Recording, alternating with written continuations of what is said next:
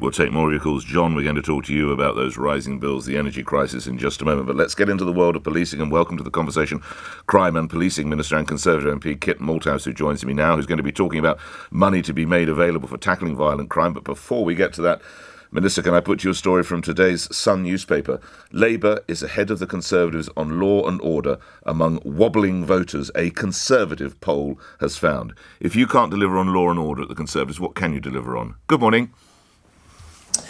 Morning, Governor. Well, look, I've learned over the last decade or so that the fight against crime, and particularly the fight against violence, is never an easy one. It's always two steps forward, one step back. But we are putting our shoulders to the wheel, as I hope you will see, and we can talk about in a minute, We will. to try and drive those. I promise you we will. But let's just address this. Who would you vote for in a general election now? The issues concerning voters, 37% Labour, 31% the Conservatives when it comes to law and order. 12 years in power, not you personally. Your party's failed. Why? Well, I don't believe we have failed, Nick. But why are these voters saying this then, Kit? Well, I don't know. You'd have to ask them. To be perfectly honest with you, Nick, I don't care so much about polling numbers. I care about crime numbers. And my job is to try and drive them down. We're succeeding in some parts of crime. There's still more work to do in other areas of crime. But I hope that over the longer term, people will come to realise that, as they did when Boris was mayor in London and I was deputy mayor, that we're on the right track and they'll be safer as a result of our work. But you do accept that in some areas crime is rising. It is not even being checked. It is increasing in certain categories, Minister. Well, as I said earlier, Nick, the fight against crime is always two steps forward, one step back. And in some areas, it is true to say, for example, homicide, where we've seen a rise over the last few months, unfortunately, that there is more work to do. Now, on that particular offence, I've pulled the red handle with UK policing. We are mobilising to get ahead of the prevention agenda so we can drive those numbers down, having meetings on an almost daily basis with senior police officers to focus ourselves on that number. But that sits alongside things like under 25 admissions to hospital with a knife injury, which are down now about 18-19%, which is great news. Burglary, robbery, car crime, neighbourhood crime now down quite significantly, as well assisted, I have to confess, by the pandemic, but nevertheless giving us an opportunity to drive them down further. This is not an easy fight. It's one of the hardest fights any government can face, but we are throwing everything we've got at it, and I hope over time we can win and convince people that we've got the right strategy. As part of that strategy, Minister, talk to us about Hotspot policing and VRUs, violence reduction units. What are they, sir? So we basically think we need a twin-track approach on violence, alongside the very large uplift in police officers, which I know we've talked about in the past, which is going well. We do need to think about what we do with them and how we focus them. Now, violence in particular is often very geographically focused. You will know areas around where you live where violence happens again and again. So through our GRIP program, we're putting money into a kind of modern data-driven approach to an old-fashioned idea of hotspot policing, that you should analyse in each force area where the violence is occurring, and then make sure police officers are there at the right time, or even often just on a random basis, to create the sense of presence to deter violence. And where we've done this, for example, in Southend, we've seen very sharp falls in violence. Alongside that smart, tough policing approach, though, we do need the long-term work. And so we're putting more money into violence reduction units, which are units in each of the 20 most affected by violence areas across England and Wales, which draw together the public sector to identify those young people in particular on the fringe of crime and violence, and then intervene with them early, moving them away from that life and onto a path of light and righteousness. And that twin track approach, we know from the past, has worked, and we hope it'll work again. How do we know it will be money well spent? When I next speak with you, 6 months, 12 months, whatever, what can I hold you to? What will we see? Well, we're going to do a very extensive evaluation, Nick, but I doubt you're going to read that. What I hope you will see is fewer young people in hospital with knife injuries, fewer murders and killings, fewer kids involved in county lines, and generally safer neighbourhoods. I mean, my part of the Home Office business is what you would call kind of kinetic real world crime, neighbourhood crime, robbery, burglary, car crime, violence, county lines, and murder. And I want all those indicators down very significantly. We're winning on some, not on all, lots of work to do. And that really is what counts. So that when you leave your front door, Nick, you feel safer and you know you're safer. as a senior member of the government, there's a couple of other areas I must get you on.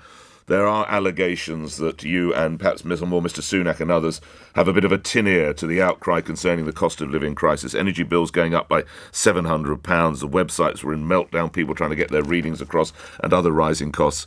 Come on, Mr. Sunak's got to get the chequebook out again, doesn't he? Kit, good one, wouldn't you say? Well, I don't think we have a tin ear. We recognise that it's really, really tough out there. I mean, I'm sitting here with my smart meter thing telling me how much I'm spending an hour in my home. It is really tough. We recognise that. And in fact, I tried to log on to my power company app last night. It wasn't working either. So, and remember that the Chancellor, just like every MP, is rooted in the experience of his constituents. He's sitting down in his surgery, as I will be later today, talking to the constituents about their problems and how they live and the problems that they face. So he's absolutely on this. We've moved some way to assist, as you know, lots of money now, hopefully flowing into the system through the council tax rebates, national living wage rising. But we can't, as the Chancellor said, I'm afraid, ameliorate all of the damage that these fuel price rises are going to cause. He is monitoring it on a daily basis. If he needs to move further in the future, if the economy allows us to do that, don't forget we're carrying huge debts at the moment, then I know he'll look very seriously at doing so. You mentioned the meters. What other economies or what else are you cutting back on in the Malthouse household, Minister? Well, obviously, the day-to-day is quite tricky. As you know, Nick, I've got children. Yes, I do. And need to be fed, and that cost is rising. My fuel prices are rising quite significantly, and I have to say I'm on, in my constituency, on oil still, sadly, central heating. And you heat your house with oil? That must be exorbitant, Minister. Well, of course, oil, I'm afraid to tell you, doesn't come under the energy price cap either. And lots of people in rural areas are suffering from the oil price rise. So we are feeling it very significantly. I have to confess to you, we did convert last year to electric vehicles. Right. So we're feeling the electric price, but not through the petrol. So it's a challenge for everybody. Well, no wonder you've got a log fire blazing behind you. It's probably best that you do. It's to keep the house nice and warm. I wonder if I can refer you... Sorry, go on. Trying hard to, Nick. I have to confess to you, I come from a background where the heating was religiously turned off on the 1st of April. Unfortunately, today is very cold, so I have lit a fire to keep us warm. Yeah, I don't blame you. Well, I'm sure the children welcome it. Need to have a couple of other conversations with you. Labour leader Sir Keir Starmer said this yesterday. If Carrie Johnson gets a fixed penalty notice, of course it should be made public. My focus is on the Prime Minister because he's the one who sets the culture. Were it Nick Ferrari of Station Approach Blackheath who was done for having some friends around for a Prosecco party, everyone would know about it. Shouldn't it be the same for all within number 10? You are policing minister. Well, that's not right, Nick. The routine approach of the police is not to reveal the identity of those who get fixed penalty notices. And, I don't see why that should be changed for people who work at Downing Street. Don't forget, a fixed penalty notice is actually just a reasonable belief by the police that the law has been broken. You still have the right to challenge it.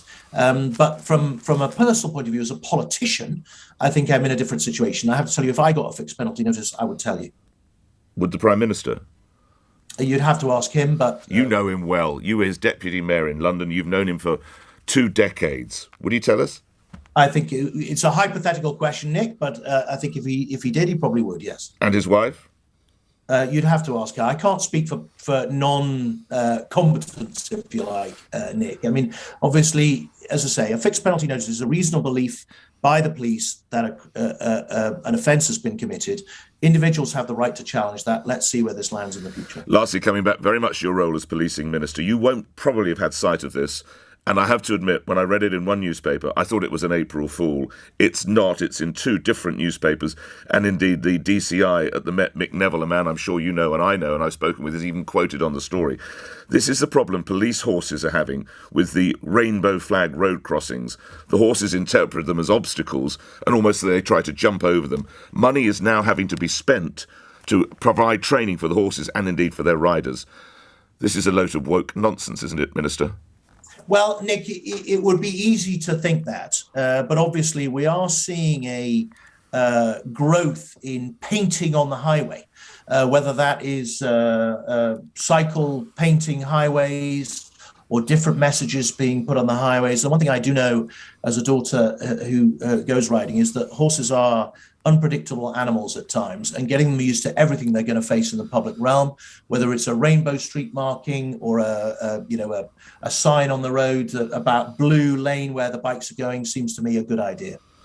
But we're having to train. They're a waste of money, surely, if we're having to train horses to get over these particular rainbow crossings. No?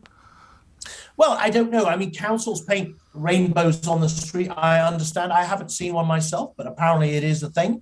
Right. But as I say, I do see, certainly when I'm around London, lots and lots of blue stripes painted for bicycles on the highway. Right. And so anything painted, you need to get the horse used to. And so it seems to me that it's a sensible thing by the Met in the face of what seems to be happening out there. There's councils paint more and more slogans and flags and things on the street. All right. Get the porridge on for the children. Keep them warm today. It's cold down there. Thank you. Policing Minister Kit Malthouse appearing here on LBC. 8 o'clock news is next. On your radio, on Global Player, and Play LBC. Leading Britain's conversation. This is LBC. From Global's newsroom at 8 o'clock, the biggest jump in domestic energy bills